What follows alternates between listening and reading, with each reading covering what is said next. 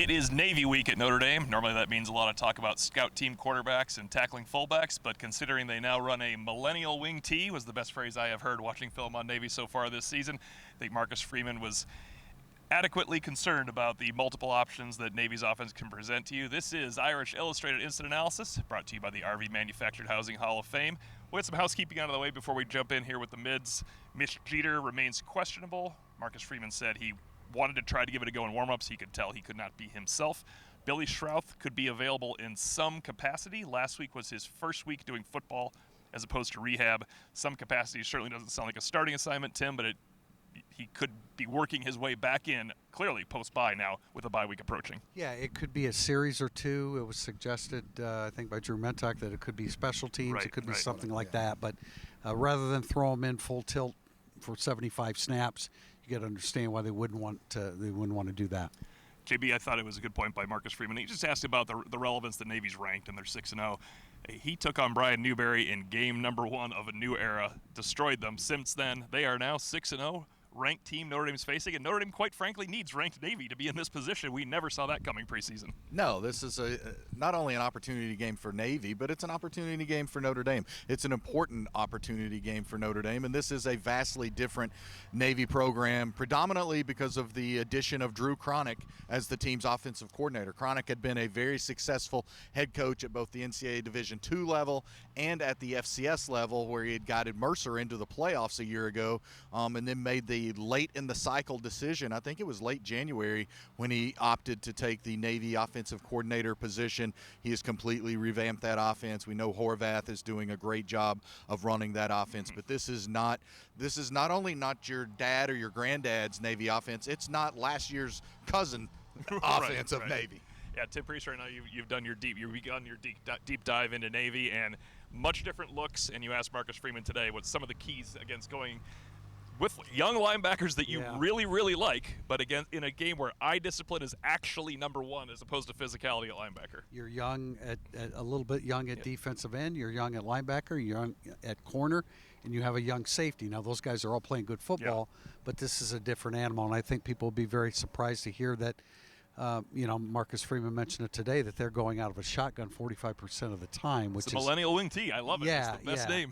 And I remember when I first heard about Drew Cronick and what he was going to do, and you have because I've seen 50 some years of Navy football, not always from triple option, but most of that time, you're thinking one way, and like you think if they're going to throw the ball more, they're not going to do that particularly well. But the flip side of that is that in the past, they'd throw, 4 or 5 passes a game, hit a couple of them for 70 yards or so.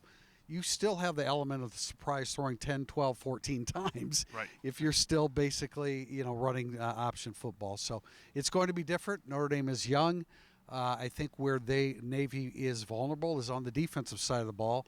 So it's going to be a really important week, as it always is with Navy, to maximize your possessions.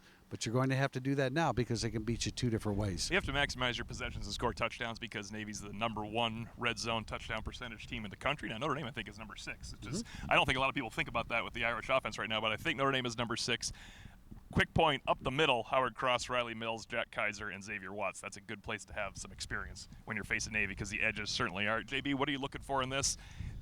You know a lot about Cronick. You know a lot about the Navy. You've been digging into Navy because I've been all over you guys that this is the matchup for the last month that is going to trip Notre Dame up. I'm not sure about that, but I do know that Navy is coming to play some offense in this one. Yeah, I thought maybe the most interesting thing that Marcus Freeman said today, other than divulging that Anthony Rizak has steadily been the team scout, team quarterback since C.J. Carr went down, is that Navy – Marcus wants to be aggressive against Navy. That, to me, really stood out. He said, we've got to be tactically aggressive, not just that we have to play aggressive. He said, look, we have to be disciplined and we have to play football more than I like to play football. But then he made a point to emphasize they have to be tactically aggressive and physically aggressive. And he specifically said, we have to be aggressive in our play calls. And I think he's right.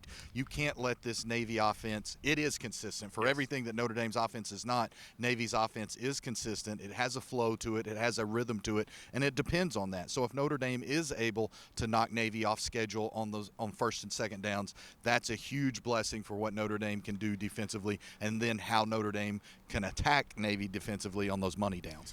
And Tim Priester, I think Pete Sampson asked today of Marcus Freeman, your linebackers were physical in the Georgia Tech game, maybe more than any point this year. Freeman agreed and said it takes a toll when you're winning the point of attack on third down because fourth down is no longer fourth and so short. That's why they've been so successful on fourth down.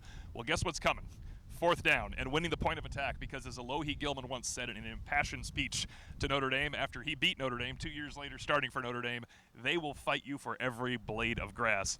Drake Bowen, KVA, Jaden Osbury, and of course Jack Kaiser look like guys that will fight for every blade of grass. Well, they were great, and there's no doubt that Drake Bowen took it to another level. Yeah. He was violent. He played angry the whole game, and there's a debate as to who the defensive MVP was. You and I look at it a little bit differently because I felt like Rutherford and Singleton were the right. game wreckers. We took had Leonard to Moore. take out. We took Leonard Moore.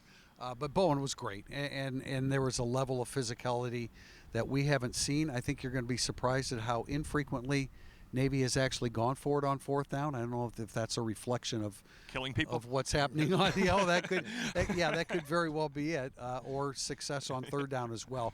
We'll get into more of that obviously as we go through the week. And to note very quickly, Marcus Freeman was asked the question because they lost Chase Ketterer, who was a scout team quarterback, and we all know Anthony Rizak. He was asked about Justin Fisher bulking up too much to run the option as he did in his glory days in high school here in Mishawaka, Indiana. Yes, Tyler Buckner is one of the scout team quarterbacks today. Tyler Buckner, hero of the fake field goal. That's how most people now know who Tyler Buckner is. Alabama transfer holder. Yeah, yes. Yeah, exactly.